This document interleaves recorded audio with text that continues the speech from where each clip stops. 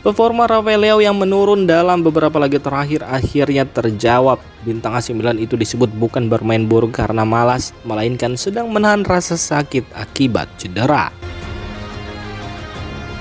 Dalam beberapa pekan terakhir, terutama saat Milan ditahan imbang AS Roma, Leo memang ramai dikritik para fans. Ia dinilai kurang berlari, jarang sprint, dan tidak seledak biasanya. Namun laporan media Italia Tuttosport mengungkap fakta berbeda. Rafael Leao ternyata mengalami masalah pada otot aduktor bagian atas, kondisi yang berisiko berkembang menjadi pubalgia, cedera pangkal paha yang umum tapi sangat menyiksa bagi atlet. Cedera ini membuatnya tidak bisa berakselerasi penuh. Rasa sakit tersebut menghambat senjata utama Leao, yaitu melakukan sprint dan ledakan kecepatan. Meski begitu, tim medis Milan terus memantaunya dan pelatih Massimiliano Allegri tetap memainkannya. Alasannya jelas, Milan sangat membutuhkan Leao. Bahkan dalam kondisi belum fit 100%, ia masih mampu memberi kontribusi penting seperti assist saat melawan Como. Kabar baiknya, Leao kini mendapat waktu pemulihan yang cukup panjang. Milan baru akan bermain lagi melawan Bologna pada 3 Februari. Setelah itu, laga kontra Como pada 8 Februari ditunda karena Stadion San Siro dipakai untuk persiapan Olimpiade musim dingin 2026. Milan baru dijadwalkan bertanding lagi sekitar 15 Februari melawan Pisa. Artinya Leao punya hampir 2 minggu penuh untuk memulihkan cederanya tanpa harus melewatkan banyak pertandingan. Harapannya pertengahan Februari nanti Rafael Leao versi terbaik yang eksplosif dan mematikan bisa kembali ke lapangan.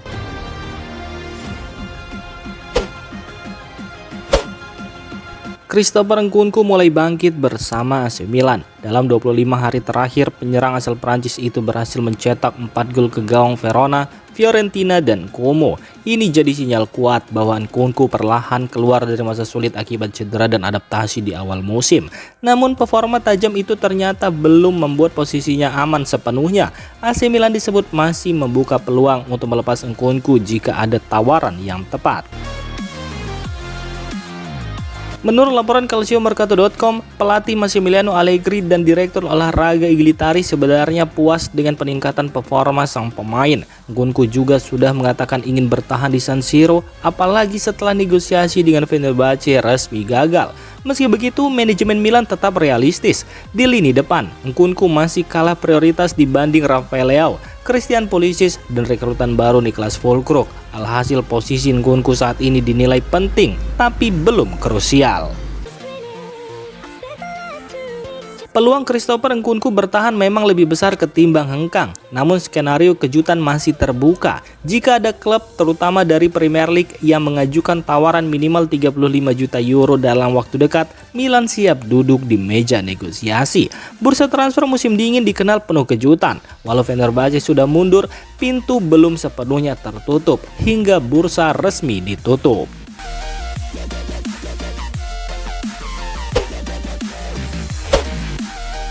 Kemarahan Mike Maignan usai laga melawan AS Roma ternyata bukan sekedar luapan emosi di lapangan. Statistik terbaru menunjukkan ada alasan kuat di balik frustasi kiper sekaligus kapten AC Milan tersebut. Menurut laporan La Gazzetta dello Sport, AC Milan menjadi tim yang paling sering dihukum penalti di Serie A musim ini. Hingga pekan ke-22, gawang Milan sudah kebobolan lewat titik putih sebanyak 7 kali, terbanyak di Liga, bahkan lebih banyak dibanding Napoli dan Udinese yang masing-masing mendapat 6 penalti. Yang membuat situasi ini semakin panas, rival sekota sekaligus pemuncak klasemen Inter Milan hanya menerima 2 penalti sepanjang musim. Selisih 5 penalti ini memicu kemarahan dan kecurigaan di kalangan pendukung rossoneri. Untungnya, Milan masih punya Mike Maignan. Kiper asal Prancis itu beberapa kali menyelamatkan tim dengan menggagalkan penalti pemain top seperti Paulo Dybala dan Hakan Çalhanoğlu. Namun eksekusi Lorenzo Pellegrini pada laga terakhir tak mampu ia hentikan.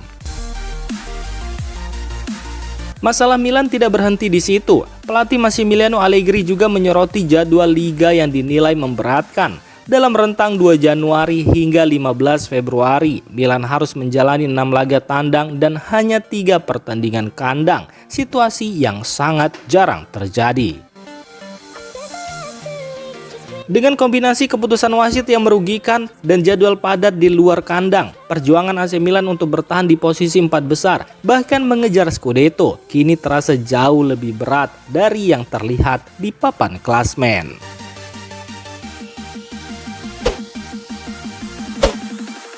Nasib Youssouf Fofana di AC Milan berubah drastis. Gelandang yang sempat jadi andalan utama itu kini justru menghilang dari lapangan dan memunculkan banyak tanda tanya. Dalam 2 laga terakhir melawan Lecce dan AS Roma, Fofana sama sekali tidak dimainkan. Ia bukan cedera, tetapi posisinya sebagai mezzala kanan kini diisi oleh Samuel Ricci. Situasi ini diyakini berkaitan dengan kondisi fisik dan pertimbangan taktik. Sebab sejak awal musim, Fofana hampir selalu bermain penuh. Dampaknya mulai terlihat. Ia tampak kelelahan dan performanya menurun di beberapa laga sebelum akhirnya dicadangkan. Kelelahan tersebut berujung pada kesalahan-kesalahan kecil di lapangan. Hal ini menjadi perhatian serius pelatih Massimiliano Allegri yang dikenal mengutamakan permainan aman dan minim resiko. Allegri memilih Ricci yang lebih segar demi menjaga stabilitas tim menjelang fase krusial musim ini. Di luar lapangan, nama Fofana juga terseret rumor transfer. Sekitar 10 hari lalu, raksasa Turki Galatasaray dikabarkan mengajukan tawaran besar senilai 30 juta euro, termasuk bonus. Tawaran ini dinilai sangat menarik bagi Milan. Namun, Fofana menolak pindah. Ia merasa hengkang ke Turki bukan langkah yang tepat dan memilih bertahan demi membawa Milan lolos ke Liga Champions.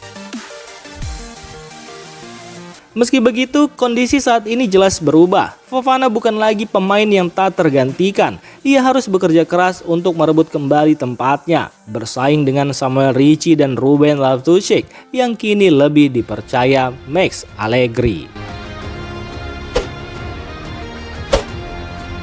AC Milan segera memasuki era baru di level corporate. Bukan soal transfer pemain, melainkan perubahan besar dalam struktur keuangan klub yang terjadi dalam waktu sangat singkat. Berdasarkan laporan La Gazzetta dello Sport, manajemen Milan kini tidak lagi hanya berada di bawah bendera Amerika Serikat, tetapi juga Kanada. Pemilik Redbird Capital, Gary Cardinali, bergerak cepat melakukan refinancing atau pembiayaan ulang utang klub. Jika sebelumnya Milan masih memiliki utang vendor loan kepada pemilik lama yakni Elliott Management milik Paul Singer, dalam skema terbaru Elliott akan sepenuhnya keluar dan posisinya digantikan oleh Manulife Convex, platform kredit swasta raksasa asal Toronto, Kanada. Langkah ini dinilai sangat krusial bagi kesehatan finansial Rossoneri. Total utang sebesar 489 juta euro yang semula jatuh tempo pada 2028 kini diperpanjang hingga 2031. Selain itu, Milan juga mendapatkan keuntungan dari bunga pinjaman yang lebih rendah dibandingkan kesepakatan dengan Elliott Management. Masuknya Manulife Convex sekaligus menjadi sinyal kuat bahwa Redbird dan Cardinali serius mengelola Milan dalam jangka panjang. Rencana besar seperti pembangunan stadion baru tetap berjalan dengan fondasi keuangan yang lebih stabil. Meski terjadi perubahan di level investor, struktur manajemen operasional klub tetap dipertahankan. Presiden Paolo Scaroni, CEO Giorgio Forlani, dan CFO Stefano Cicireo tetap menjabat demi menjaga kesinambungan, termasuk catatan positif Milan yang mencetak keuntungan selama 3 tahun berturut-turut. Seluruh proses ini diperkirakan rampung dalam waktu dekat, bahkan bisa selesai sebelum laga melawan Bologna pada Selasa mendatang. Kini tantangan besar beralih ke sisi lapangan. Massimiliano Allegri dituntut membawa Milan finish di 4 besar Liga Italia demi mengamankan tiket Liga Champions dan menjaga aliran pendapatan klub tetap stabil.